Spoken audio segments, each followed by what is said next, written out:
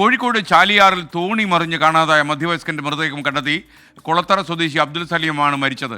ഫറോക്ക് പാലത്തിന് സമീപത്തു നിന്നാണ് ഈ മൃതദേഹം കണ്ടെത്തിയിട്ടുള്ളത്. സമീർ സി മുഹമ്മദ് വിവരങ്ങൾ പറയും. Welcome back to morning show. Sameer പറയും.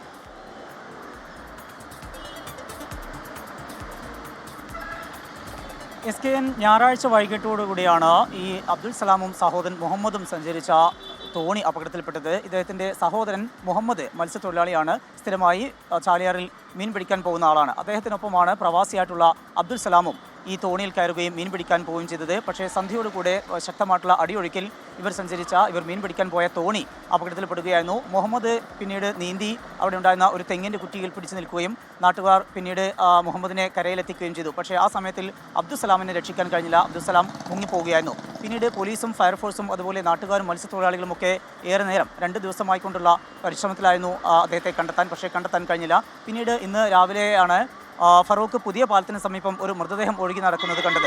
അങ്ങനെ നാട്ടുകാരുടെ ശ്രദ്ധയിൽപ്പെടുകയും പിന്നീട് മത്സ്യത്തൊഴിലാളികളും നാട്ടുകാരും ഇറങ്ങി മൃതദേഹം പുറത്തെടുക്കുകയും ചെയ്തു. അബ്ദുൽ സലാമിൻ്റെതാണ് മൃതദേഹം എന്ന് തിരിച്ചറിഞ്ഞിട്ടുണ്ട്.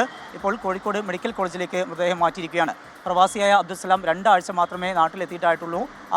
അത്തരം ഒരു സംഭവത്തിന് അദ്ദേഹം നാട്ടിലെത്തി. പിന്നീട് സഹോദരനൊപ്പം മീൻ പിടിക്കാൻ പോവുകയും ചെയ്തു. അതിന് പിറകെയാണ് ഇത്തരമൊരു അപകടമുണ്ടാവുകയും അദ്ദേഹത്തിൻ്റെ മൃതദേഹം ഇപ്പോൾ കണ്ടെടുക്കുകയും ചെയ്തിരിക്കുന്നത്. SKN. Okay, thank you. Sameer C മുഹമ്മദാണ് വിവരങ്ങൾ നൽകിയത്.